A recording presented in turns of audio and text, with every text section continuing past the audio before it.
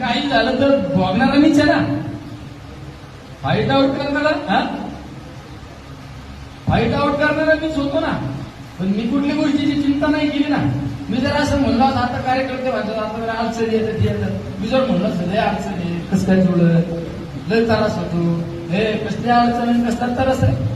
माझं काय डायलॉग वाजन नाही तर मोडून खायचं जे आईला माझं काय तर गुंतलं नाही पण मी तुला सोडणार नाही या भाषेत सांगत असतो. कुणी अधिकारी असो नाही अधिकारी असो, शेवट जर तुम्ही माझ्या कार्यकर्त्याला जर चुकीच्या पद्धतीने अन्याय कोणी करीत असेल तर त्याला कधीच सोडलं जाणार नाही सांगतो. आणि निलेश लंके आज नाही 10 वर्षांनी ना तुला रिप्लाय देत असतो हे पण ध्यानात धरायचं. शेवट मला एक कायम माझ्यासाठी एक सगळ्यात मजबुरीची गोष्ट आहे. आपण नाही म्हणत प्रत्येक माणसाची मजबुरी असते, तशी माझी एक मजबुरी.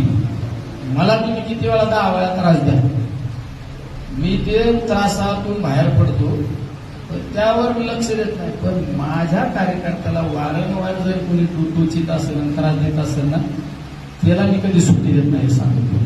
लोकसभेची निवडणूक अशीच झाली, माझ्या कार्यकर्त्यांच्या पैशावर धाड टाका, माझ्या कार्यकर्त्याला त्रास द्या. माझ्या कार्यकर्त्याला त्रास देतो ना थांब, तुला जर नाही घरी पाठवलं तर तुझ्या नाम बदलते.